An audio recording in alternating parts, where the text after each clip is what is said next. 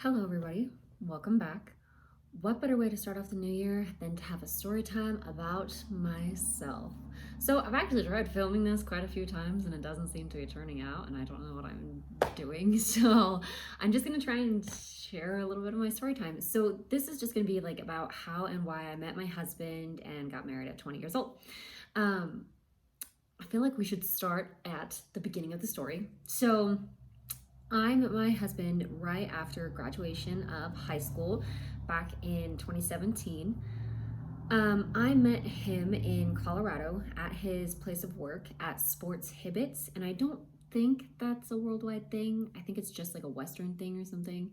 But anyway, we met there, and I thought it was kind of like one of those like once in a lifetime things. Like you see a hot person, and you're like, you're attractive, but this will never go any further than just me looking upon you and being like graced by your presence, and then I'm gonna move on. That's not how it worked, and I'm so glad that's not how it worked. So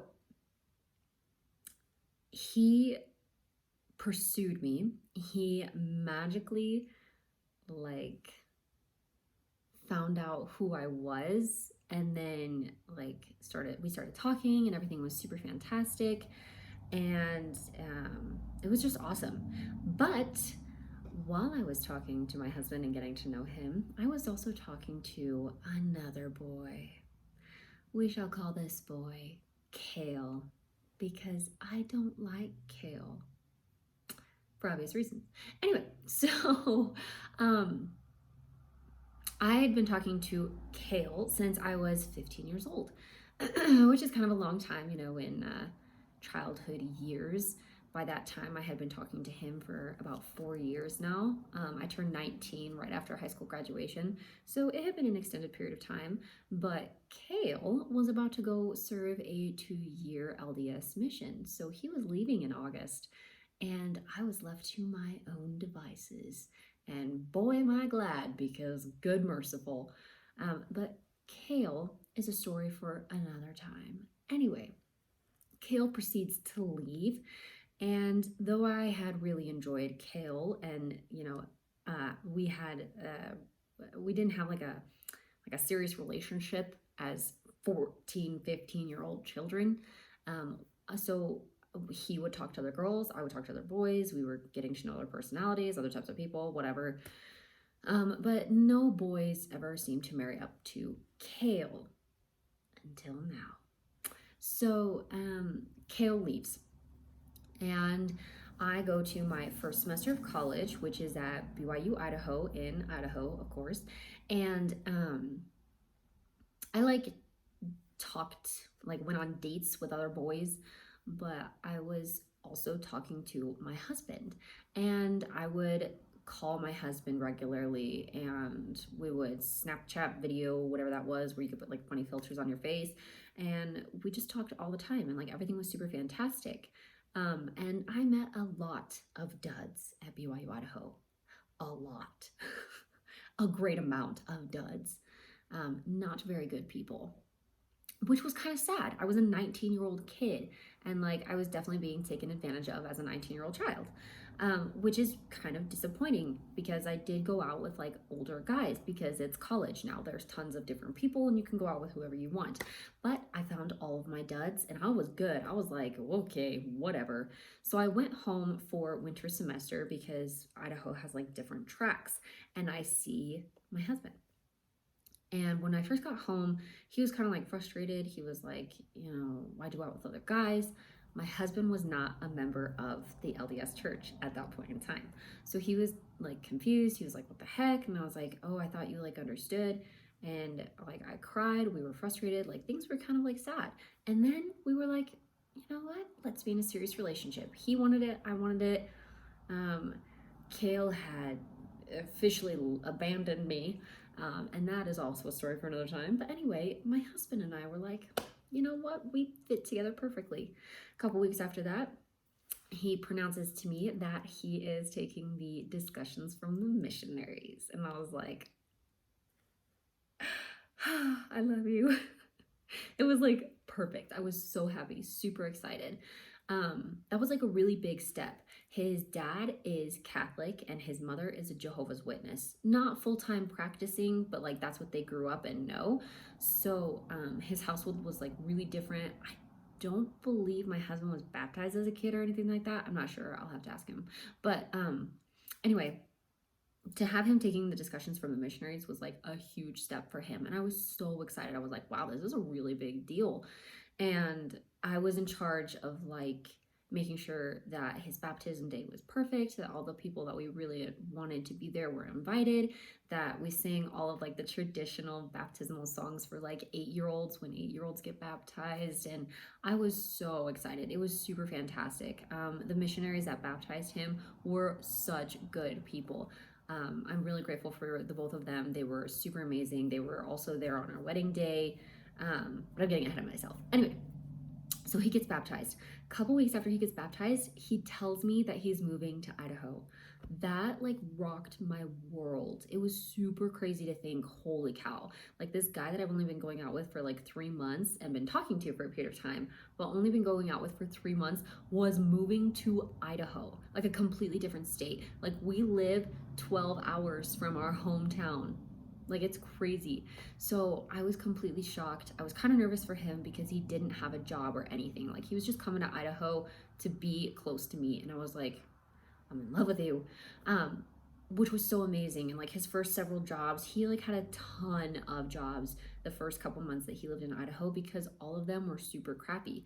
In the little town of Rexburg, where BYU Idaho is, there's 20,000 college students. And so the jobs are always picked over super fast. So he had a lot of dud jobs before he got to be at the job he's at now.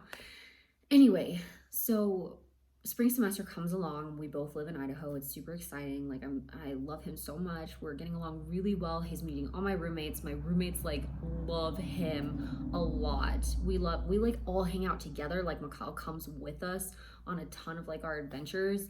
And that made me feel even more comfortable that like other people were seeing how cool this guy really was. And I was like, okay, like that's really good. Because sometimes like your friends will be like, oh, like he is really cool, but they won't invite the guy out. No, that's not how that was with my roommates. They were like, oh, you should invite your husband, like he'll want to come and do this with us. And I was like, oh yeah, like that's, yeah, he'd love to do that with us. So it was just really fun to see like our relationship grow. And then over that spring semester, like we started talking about marriage. And that was like a huge step. Like that's an enormous step for the both of us. And I was just kind of like, I don't know. I had cut my hair. I don't know if you can envision this, and I don't know if you follow me on Instagram, you should, but I cut this all off. Like it was short, so short. And I kind of miss my short hair, but it was super short. And I had wanted long hair for my wedding since I was a child. And every time I like Pinterest things, I'm like, ooh, long hair, long hair. These are long, good wedding hairstyles. And my hair was not long at all, not even close. And I was like super weary. But late at night, when I couldn't sleep, I would like look through wedding registries and I was like, ooh, what would be good for our house? And this would be good for our house. And this is what our bed would look like. And I would Pinterest wedding dresses and I would look at the best place to buy wedding dresses. And I was like, am I ready to get married? I'm 20. Like I had just turned 20. And the end of the semester came and I went home for 7 weeks and he stayed in Idaho. Like we were separated for 7 weeks.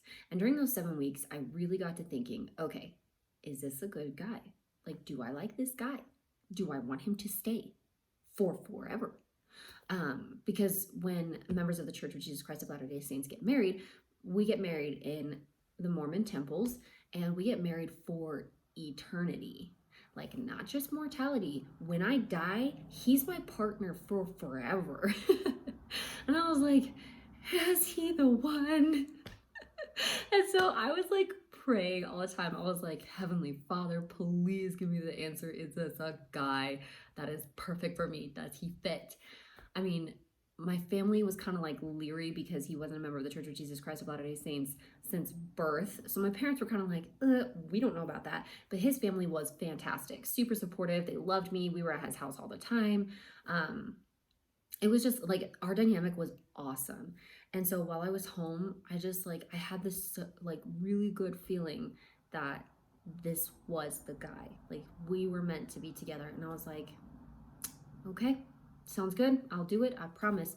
So this happened like while I was sitting in church one day. I got like this rush feeling. And then I just ripped a piece of paper out of my journal and I wrote a love note to him. And I said, I'm ready to be your wife for time and all eternity. So I basically asked him to marry me first.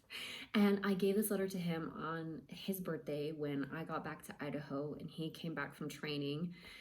And I recorded his reaction and he cried a little bit because he was so excited. And it was the best feeling ever. Like we were both crying. I was so excited. All my roommates were super excited. After we got engaged, they had no idea that I gave him this letter, but after we got engaged, my roommates were super excited. We got engaged, I believe, on October 6th. I'm trying to remember correctly, but I'm not sure. It's on my Instagram somewhere. But when I got engaged, I was like thrilled to death. We had gone ring shopping over the summer.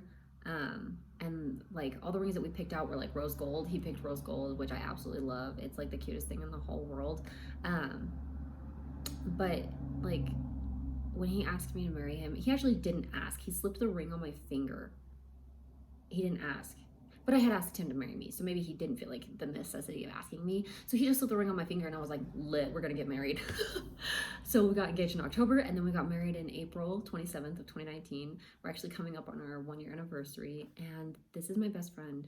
This is the guy I get to spend for forever with. He's gonna be the father of our children, the grandfather to our grandchildren, and so on and so forth. And he's the best man I could have ever asked for. He compliments me in so many ways. He's so good to me. He's so patient with me, because I can definitely be the troublesome person in the marriage sometimes.